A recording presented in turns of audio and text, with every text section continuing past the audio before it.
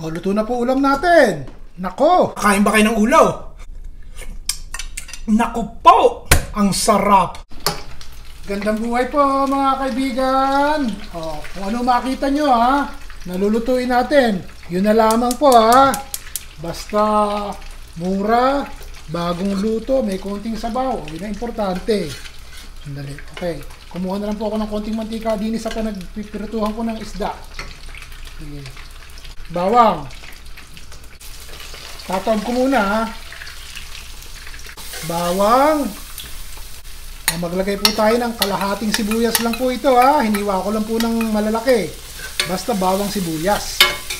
O, ano po ba ulam nyo ngayon? O, naghihintay po kayo ng lulutuin ko bago kayo mamalengke. O, ito po, lalagyan po natin ito ng dalawang malaki-laking kamatis. Mura-mura po ba kamatis sa atin ngayon? O, lagyan natin ng kamatis. Pinatay ko na po yung apoy. At ayos na ito. Kanina ko pa ipiniprito eh. Ganun. Yan. Lalagyan ko na po ng bagoong. Maalat siyempre bagoong, di ba? Kayo na po bahalang magtimpla. Yun ay isang kutsara lamang. Halo po ng konti. Alam nyo, ang mga gulay na ihahalo natin din eh, mura-mura. Katulad po nitong papaya.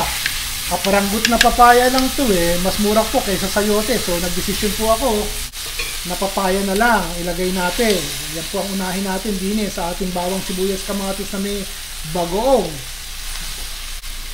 Sige po, haluin natin. Hayaan natin lumambot ng konti yung ating papaya. Maninipis lang po ang hiwa ng papaya para madaling maluto. 2 tasang tubig po. Takpan po natin. O siya. Tingnan natin, malambot na po. Alam nyo, kanina habang ako po nag-iisip kung ano murang gulay na ilalahok dito, naisip ko po okra. So mga siguro ilan to? 12 piraso po ng okra to. Hiniwa ko na lang po sa gitna. Mura-mura naman ang okra, di po ba? Kaysa dun sa ibang gulay. Lagay po natin ng okra. Kaysa naman si charo ihalo nyo. Kaya naman ano pa po ba mahal na gulay sa atin ngayon? Baka hindi po magustuhan ng bulsa natin kung hahaluan natin ng medyo mahal na gulay. So ito na lamang po, okra. Kesa repolyo, pechay Baguio Ito na lamang po, pechay Tagalog. Lagay natin dyan. Syempre, mainit na. May sabaw pa ng kaunti. Halu-haluin po natin ha. Hinaan nyo na po yung apoy. Tatakpan natin to sandali ha.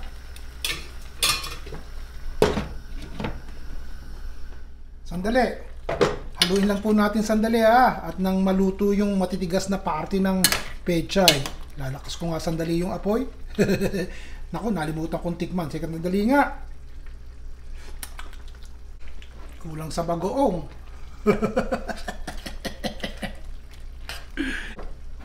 Takpan po natin. O siya. Bagong sandok po ito ha. At ginamit ko sa dila ko yung pinanglasa ko ng ating ulam. So bago na po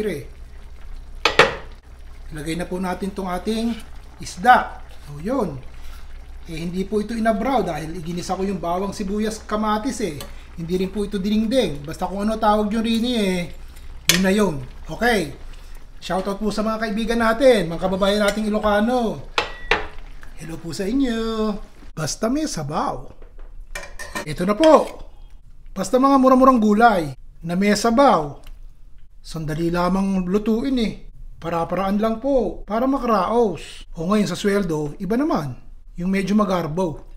Pero ngayon ayos na Mainit at may sabaw Yun na. Ayos po ba? Basta may sabaw. O teka, tikman po natin ha. Konting sabaw lang. Mamaya na po yung isda. Baka kasi dumaan kayo Basta sariwa yung gulay at mainit yung sabaw at may konting lahok like bagoong. Ayos na. Yung gulay naman po mura-mura ng konti. Hindi po ako naglagay ng mamahaling gulay. Wala itong si charo. Ang sarap. Nadaan ba kayo? Pagtitira ko kayo. O nagustuhan niyo po ba? Ang mga rikadong inihalo po natin napakamura. Madaling hanapin, madaling lutuin. Wala nang cheche-breche. Boom, boom, boom, boom. Tapos. Yun ang gusto niyo, di ba? Bukas po, ganun naman. Mura at madaling lutuin. Pero masarap. May sabaw pa. Ayos! Si Ron Vilaro po.